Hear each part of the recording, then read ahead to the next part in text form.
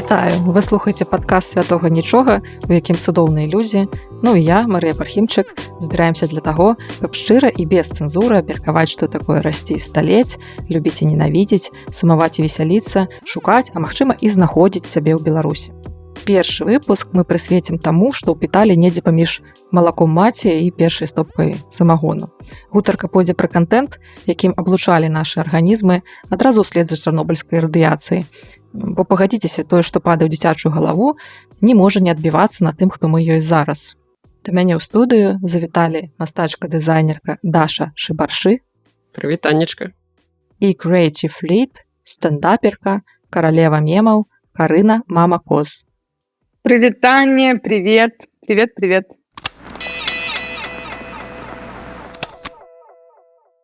Я ўпэўненая, што у вас крынжа хопіць на некалькі такіх выпускаў, але прапаную зайти з казыроў. Уявіце такую сітуацыю. Вось вы збіраецеся недзе ў адной прасторы з людзьмі, якія ў Беларусі не раслі. І ваша задача паказаць ім нешта такое, што, магчыма, падкрэсліла бы вашу гэтую адрознасць.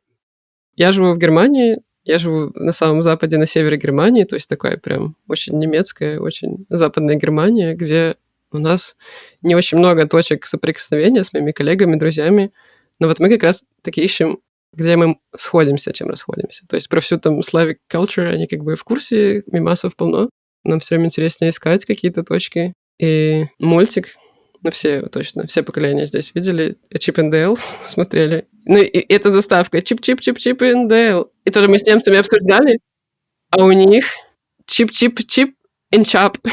И мы когда вместе запели, мы такие чип-чип-чип-чип, и они такие чап, Дейл, что? Chip-chip und Chap, Ritter des Rechts. Chip-chip und Chap, den Bösen geht es schlecht. Sie lösen jeden Fall, was sie auch tun. Das Böse hat nie Zeit, sich auszuruhen. Chip-chip und Chap. Карина, что показываешь ты? Ну, я, наверное, первое, что вспоминаю, это очумелые ручки. Вы видели такое? Конечно. Вот, просто когда два мужика собираются делать говно из пластика и почему-то их пускают в гости в следующий раз.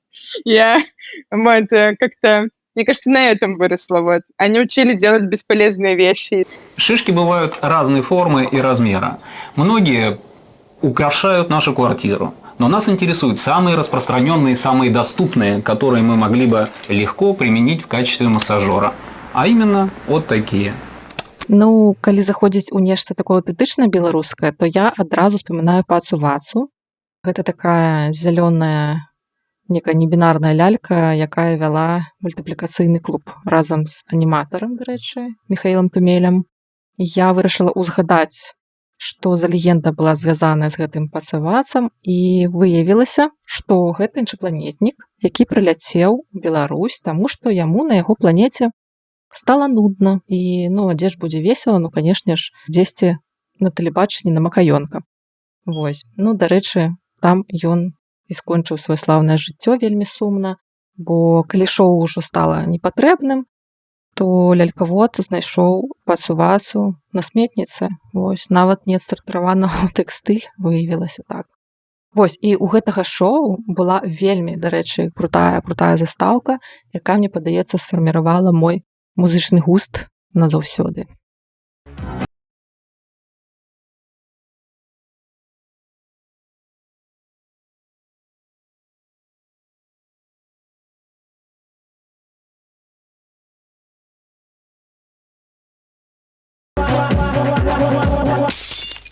Все ясно. Здесь все ясно, мне все ясно. Кукушечка маленькая моя, ты на месте? С той же эпохи, что «Поцеловаться». Была передача «Видимо-невидимо». Ну, я сегодня там несколько посмотрела эпизодов, но она очень стильная, очень классная. Я не знаю, как этот Филимонов, как его ведущий. Он такие все время новинки находил, так он про это все рассказывал круто, так он глубоко там про все жанры, про все что угодно музыкальное рассказывал. Ну, прям там не стыдно, скажем так, за передачу. И мне даже, я не знаю, никаких аналогов таких классных штук. Ну, типа на MTV там выходили, но они все такие более поверхностные. А чувак прям очень круто подбирал. Причем, что это не было какого-то одного стиля. Мне падаецца, што ён еще так даволі іранічна вёў гэтае шоу. Ну да, ну вообще сам стиль.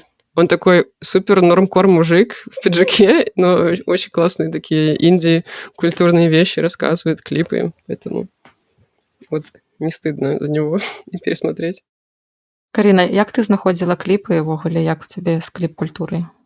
Вот с клип-культурой у меня все супер, потому что в мое время же было MTV, и, ну, ваше тоже, но в плане того, Ну, что у меня тоже. было много передач, были классные ведущие, вот, и, ну, мне кажется, вы еще прям самый сок застали, а я застала уже, типа, какие-то супер реалити еще из глобальной сетки, так что у меня даже у мамы, которая достаточно, мне кажется, такая конвенциональная женщина, вот, собственно говоря, она когда спрашивает, откуда во мне это все, ей нравилась Пинк, например, она такая, ну посмотри, как здорово, вот она вот с бензопилой, и вот потом вот, мне очень нравится, вот, и мне кажется, что ей на самом деле нравились все квир-иконы, она сама просто не знает, вот. Как бы она, наверное, интуитивно чувствовала, что если есть слово «икона», сразу вот. Ну да, MTV, конечно, очень серьезно сформировала. Потому что вот то, что по нашему телеку показывали, там, группа Viagra, например, и условно там Аврил Лавин, и как бы ты себя не соотносишь ты там себя подростком с теткой на каблуках там в платье. Ну, не знаю, во всяком случае, я такой панкухой росла, и мне очень странно, я не понимала, для кого этот контент, почему это показывают по молодежному телеку, этих теток, а вот, ну, Аврил Лавин там класс. Вот, поэтому MTV немножко она балансировала вот это вот, а так бы какая была бы картина мира, если тетки на каблуках там только танцуют. Балансировалась. Чаму наш кліпмейкерскі бізнес сильно отставал? Ну, они были очень экстремальные. Допустим, «Руки вверх», но у них же тоже были такие квировые клипы, но они были очень какие-то из крайности в крайности просто. И поэтому, если ты такой подросток, стрит-культура, все такое, тебе тоже себя сложно отнести там с Жуковым. У іх быў кліп, я памятаю, а он тебя целует, говорит, что любит. Да, там такой... Драг-квин. Да, то ли Вот. драг, то ли травесті шоу, что там такое-то. У маім дзяцінстве было складана з кліпам. Я вельмі любіла музычнае відэо, але ну, не было інтэрнэта, і таму іх прыходзілася ну, неяк выкавырваць, то бок ты ведьмо не ведьмо глядзіш. На бланках. Так, нешта яшчэ бачыш. Я памятаю відеокасеты VHC, дзе ты перамотваеш на кліп, які тебе ўразіў, і пераглядаеш яго, перамотваеш і зноў глядзіш яго. Ой, я могу рассказать историю про когда в 2003, наверное, это год, когда вышел клип «Тату», я сошла с ума, и все девки сошли с ума, потому что по какому-то каналу этот клип смотрели, и они там уже тискались по углам и пели, а я не понимаю, про что они, потому что у меня этот то ли канал тут не шел, то ли что. И я такая слышу, спросить уже потом стыдно, типа, про что это вообще речь? То есть я почему-то очень поздно в это все влилась, там уже когда там по телеку посмотрела этот клип, или там уже на какой-то кассете, там это... Ну, песня и клип, там просто надо видеть клип и песню, чтобы там полностью все сошлось. Вот, но я помню, таким слоупоком было. И Дальше, прости, я представляю, что ты сейчас смотришь на там своих одногодок, которые уже расписаны, у них счастливые лесбийские семьи, и ты такая, бля, про что песня, девочки? Вот, про что все это? Да, в какой-то момент мне пришлось подыгрывать, типа, ты знаешь «Тату»? Да, конечно, знаю. Про что они все? Волкова моя. Ой, не, уже нет, сейчас уже. Ну да, уже да.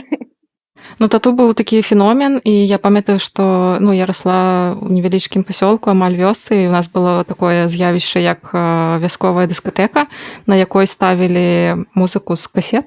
І так, там быў такі у нас дыджэй Павел з вусамі, такі мужик. І все такі, Паша, пастав тату. І ён ставіць тату, і што адбываецца ў вясковым клубе? Дзеўкі, ну, школьніцы пачынаюць цалавацца, нешта абдымацца, крычаць, пішаць, візжаць. Магія. А хлопцы такія стаяць па сценачцы, такія, ну, добра, пачакаем. Блин, классно было бы с хлопцами поразмовлять, типа, что вы-то не адчувалі, когда все девки раптам... Ну, гэта было дзіўна. Ну, зараз яны ўсе, гэтыя мае падружэнцы, яны шчасліва замужам, іх дзеці. Ну, як самі тату. Дарэчы, так. Быстро сдались. Только на трек хватило. Понятно.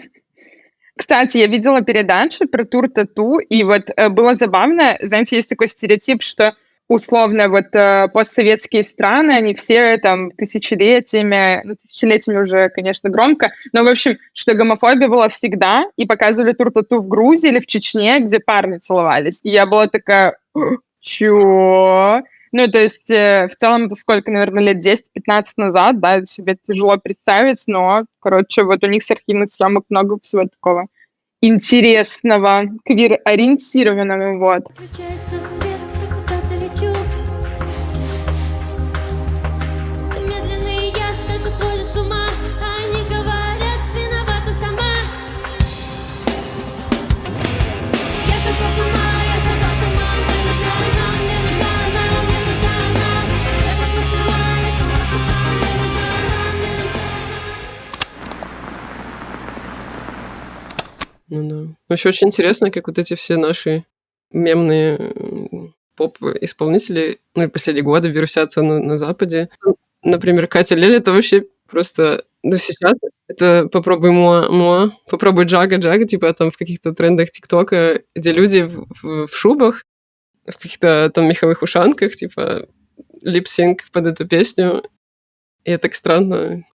Я какое-то время назад почему-то с подругой мы смотрели все видосы Кати Лель, как бывает просто рандомно, и ее интервью. И вы вообще знали, что у Кати Лель в какие-то там начала нулевых инопланетяне украли зубы?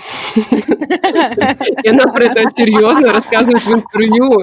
Она ходила ко всем типа Малаховым, куда угодно, и говорила, что у нее ночью прилетели инопланетяне, украли зубы, типа всю часть, а потом вернули. И потом все складывается. Все ее песни, на самом деле, про космос и про вот это событие, что у нее зубы украли. А потом вернули. И она продолжила карьеру. Но мне кажется, это такую совсем другую глубину Катя Лель придает. Вот эта вся ее связь с extraterrestrial. Я просто смотрела эти тиктоки про Катю Лель и вспомнила этот мем, типа, знаете, там люди танцуют, и чувак в углу, типа, they don't know, что у Кати Лель украли зубы инопланетяне. Они подпевают. Были взяты зубы с планеты такой-то у Кати Чуприниной. 16 лет я перестала есть, спать, радоваться жизни. Я понимала, что они преследуют и хотят меня забрать. Не исключено, что там есть какая-то планета, где гуляют все мои клоны. Катя. Вчера выбрали меня, а завтра могут выбрать вас. Они нет. Цікаво было паслухаць, як вы у гэтым медыаміры шукалі розны досвед таго, што такое сексуальнасць. Это какое-то, знаешь, как я не знаю, полярное расстройство ориентации случилось, потому что, с одной стороны, ну, то есть про секс особо как-то не шутили и условно там не рассказывали вообще про возможности отношений. Все, что касается какого-то российского телевидения, которое было в сетке, скажем так, белорусского телевидения, и отчасти, ну, я не знаю, я думаю, что мое поколение до какого-то возраста, скажем так, типа подросткового, пока не появился интернет, в той жизни ты мог бы им пользоваться спокойно, формировал. Но в то же время, я помню по телевидению, это, конечно, вообще реалити-шоу «Секс с Тилой Текилой». Была модель, как оказалось, потом я это узнала в 26, мне сейчас 26, что она была не просто модель, а порно-модель, но меня это не смущало. И там, ну, был такой, знаешь, любовный Диснейленд, типа к ней на проект, то есть у меня вообще не было каких-то предубеждений, почему так нельзя, приходили и парни, и девушки, и боролись за сердце Тилы Текилы. И я прям такая, интересно, кто выиграл в этой передаче? И пока мама не вышла, сказала, ты больше это не смотришь. Вот. А поздно. Я уже знаю, кто выиграл в этой передаче. Так что да, так что мне кажется, что MTV со своей культурой потихонечку, ну, то есть вообще, знаешь, как это, презентовала разные виды ориентации, те же клипы, да, там очень много людей абсолютно разных. То есть, например, Pink для меня, мне кажется, такой иконой, которая показывает, то есть, женщину с другой стороны в другом образе, да, более такой панкушной, стильной, взрослой и так далее, вот. И это клево. Вот мне кажется, у меня вот так. А с другой стороны, простите, еще вспомнила передачу «Самое слабое звено». Вот там тоже это женщина-доминатрикс, которая кто потерял, Крашиха, кто потерял голову на пороге успеха. Итак, Михаил, вы самое слабое звено. Прощайте. Она научила отпускать. В какой стране проходит фестиваль искусств «Славянский базар»?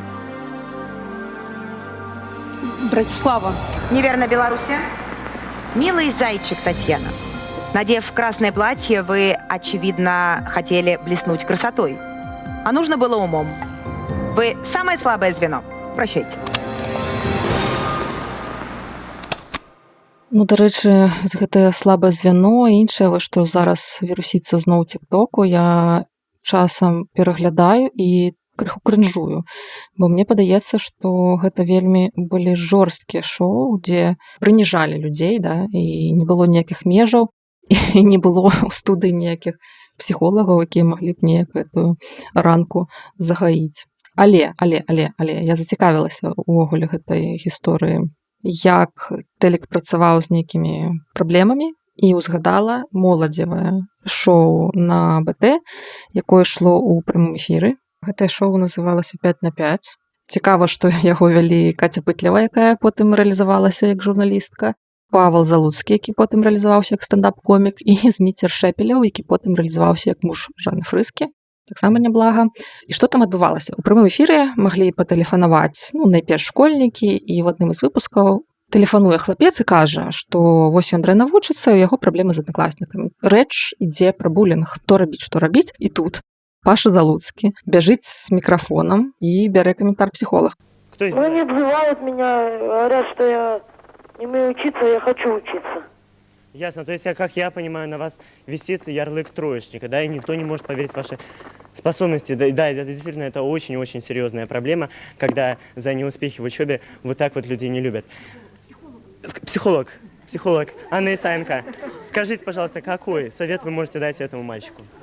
Ты знаешь, парень, у меня почему-то возникла такая мысль, я сошлюсь на мнение немецкого философа Рудольфа Штайнера. Он считал так, что каждый из нас родился именно в тот момент, в тот год, в тех условиях, в той стране, для того, чтобы выявить свой уникальный человеческий потенциал. Это твой шанс. Ты рожден в таких условиях, которые способствуют максимальной реализации именно твоих человеческих и личностных качеств. А на тех, кто издевается над тобой, во-первых, плюнь, а во-вторых, если тебе тяжело просто стрессово это переносить, обратись к толковому психологу. Он тебе поможет, как защищаться от нападок. И еще, Наталья... Извини, все в твоих руках. Тому примеров множество, от Михаила Ломоносова до миллиардера Анасиса. Как ты построишь свою жизнь, так и Понять? Примеров много. От Михаила Ломоносова до миллиардера Анасиса. Она просто как-то сгенерировала этот текст резко в голове, так промпт. Мне больше понравилось, что она посоветовала обратиться к другому психологу, к нормальному психологу. Обратиться точно не к ней, вот, поэтому... Мне кажется, хороший совет его. Я, кстати, подумала про не передачи, а другие медиумы, типа печатные СМИ. Потому что кроме телека, я помню, что я всякие журналы покупала. «Каламбур» там был, «Один дома», «Кул». И там были целые развороты про знакомство. Типа, я анимешник из Баранович, хочу познакомиться там. Мне кажется, классное такое доинтернетовское комьюнити. Просто офигенное было. Яшчэ ёсць такое агульнае месца, калі кажуць, што раней была вельмі дрэнная рэпрэзентацыя розных персанажаў у серыялах і мультфільмах таксама. Мала сильных жанчын, напрыклад. Ці адчувалі вы гэты недахоп?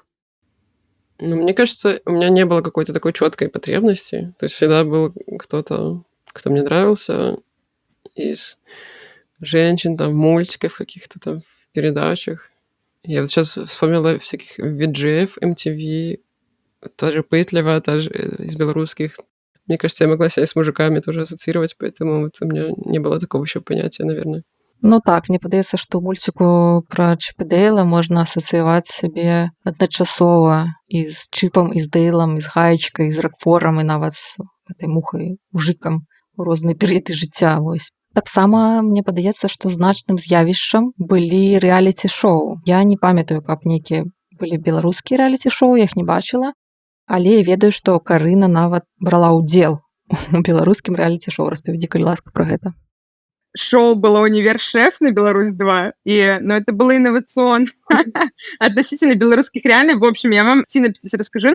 Но да, они содрали кальку типа с украинских шоу, типа какая адская кухня, как-то по-другому. Вот всех этих форматов зарубежных, еще, по-моему, европейские, американские форматы, вот.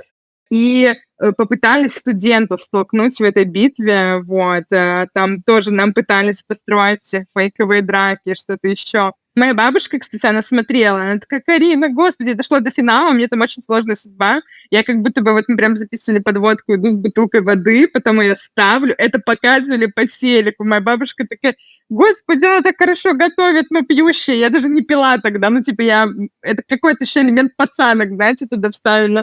Вот, вид пацанки до панянки. Ну, короче, они пытались. Но, знаете, мое самое любимое шоу, такое вот кринжовое, это тоже кринжовое, но из того, что вспоминается, вы смотрели «Топ-модель» по-белорусски? Ну, я думаю, что даже участницы не смотрели «Топ-модель» по-белорусски, потому что там, представьте шоу, где в целом никто не разговаривает. Типа вот так, представьте, что хуёвый оператор снял свадьбу и заставляет вас это просто отсматривать. Он просто ходит за моделями, типа там 0 монтажа, там непонятно, какие у них испытания, но там есть, типа, там 3 минуты каких-то диалогов, вот, но в целом это просто вот свадебные подводки, где ходят с камерой, ну, им реально можно пытать. Так что реалити белорусские были, вот.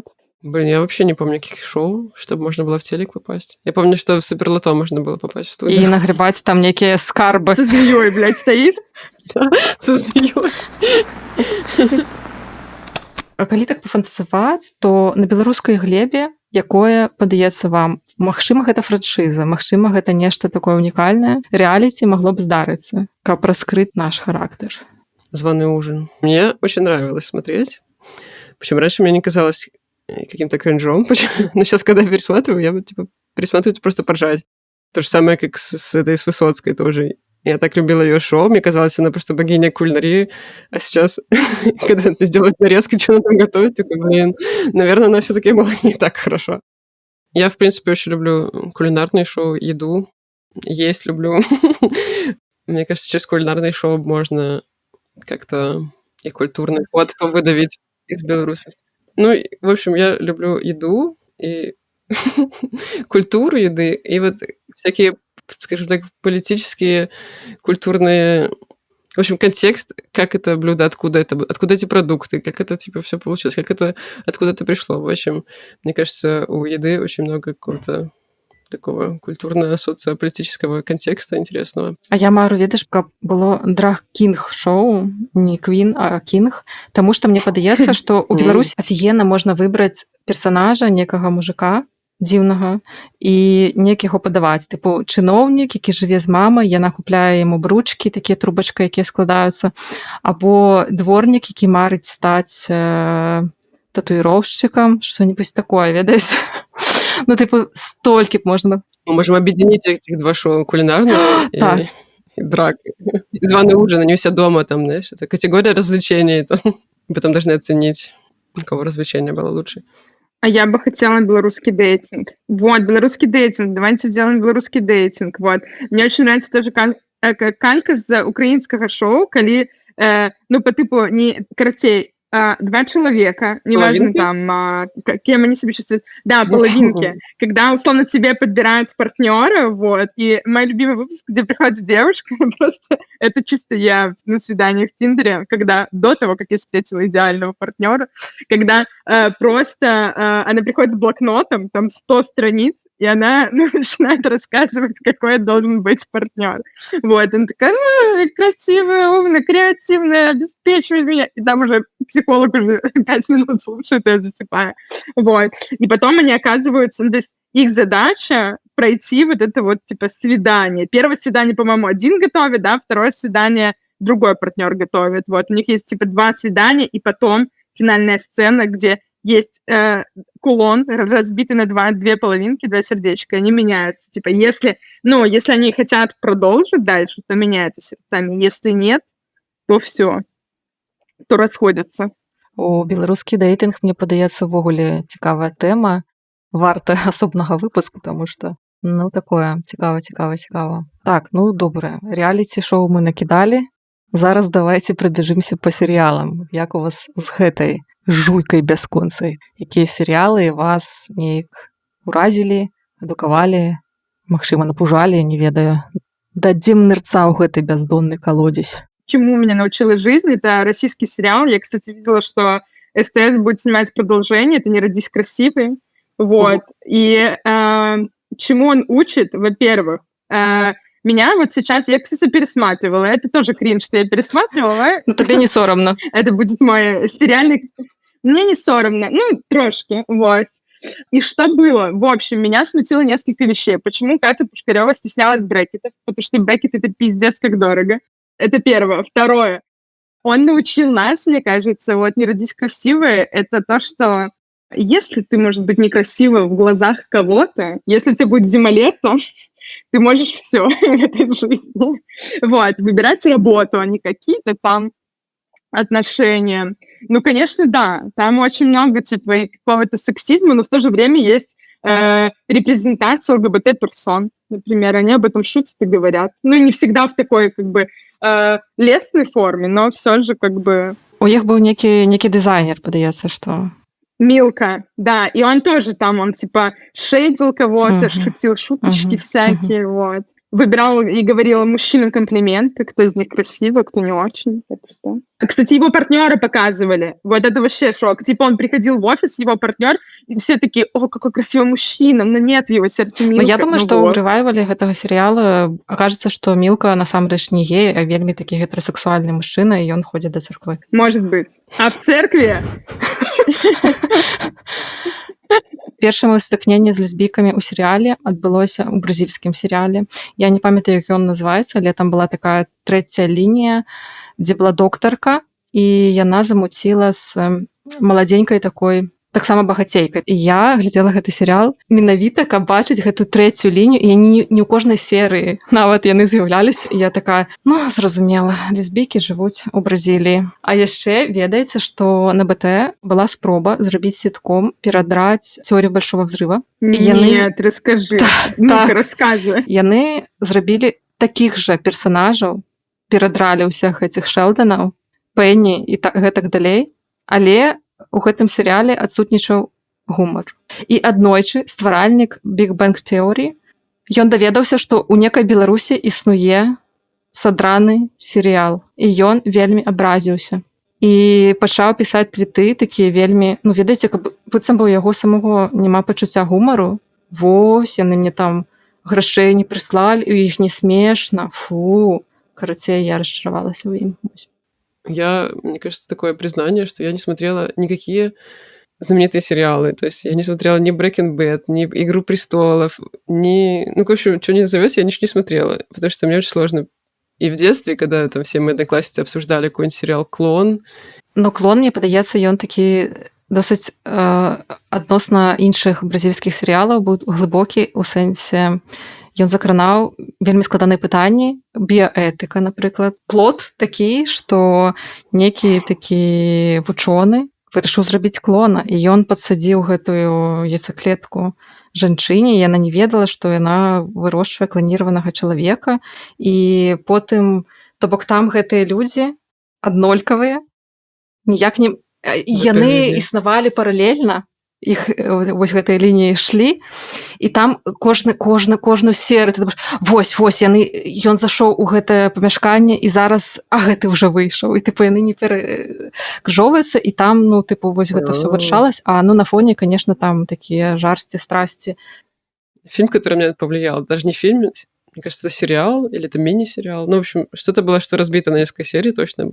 Это Стивена Кинга сериал, который назывался «Лангольеры», про какие-то существа, которые ели время, и люди застряли в аэропорту, и вот этот шум, и каждый раз, когда я в аэропорту, вспоминаю эту херню, что там, типа, появятся эти черные точки, которые съедят время, там, и, ну, вот они прям вот какую-то временную физическую материю поедали, даже сейчас сложно объяснить, что они делали, но это какие-то вот... Там был еще такой фоновый белый шум.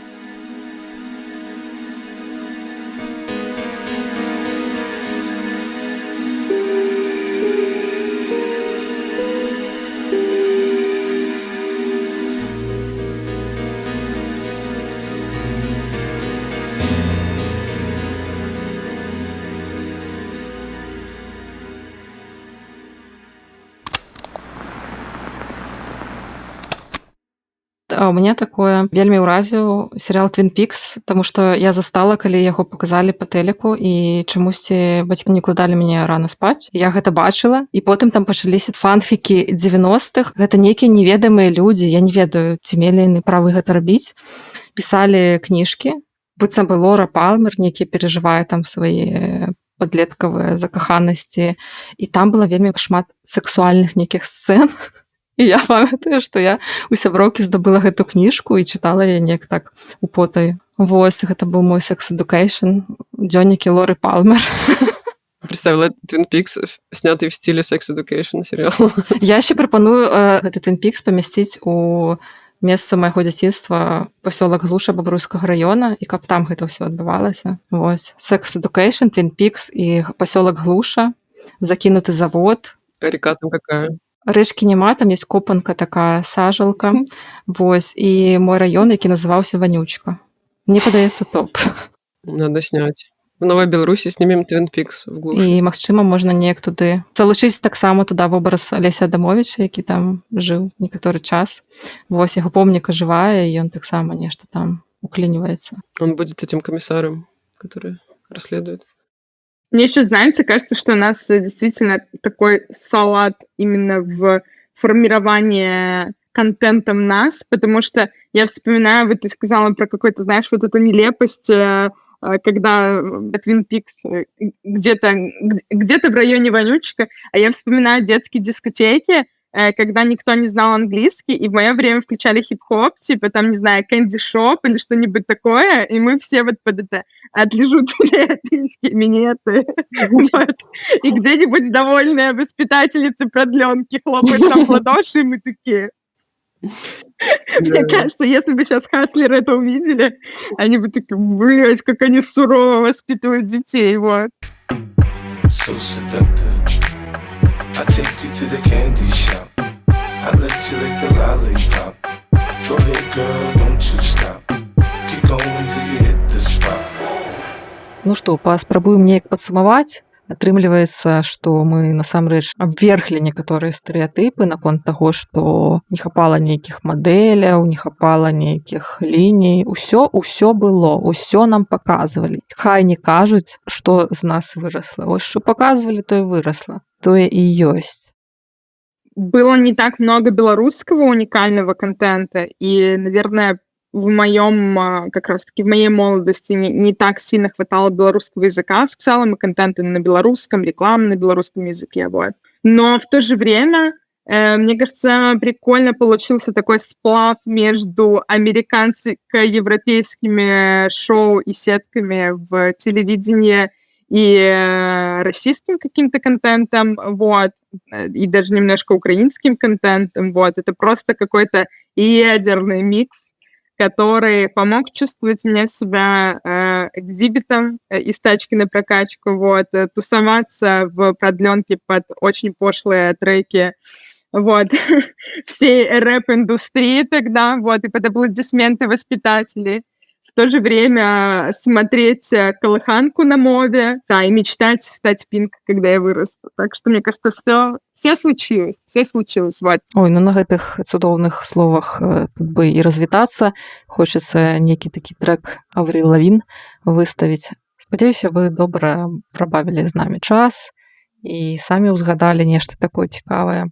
Можна, дарэчы, у каментах недзе напісаць, пра што мы павінны былі ўзгадаць, але не ўзгадалі. До новых сустрэч. Пачуемся. Я недавно смотрела немецкий телек, и там был «Кто хочет стать миллионером», и там на 64 тысяч евро женщина использовала уже все свои подсказки, и она так сидела, она не знала ответа, и такая говорит: «А принесите мне стопку шнапса».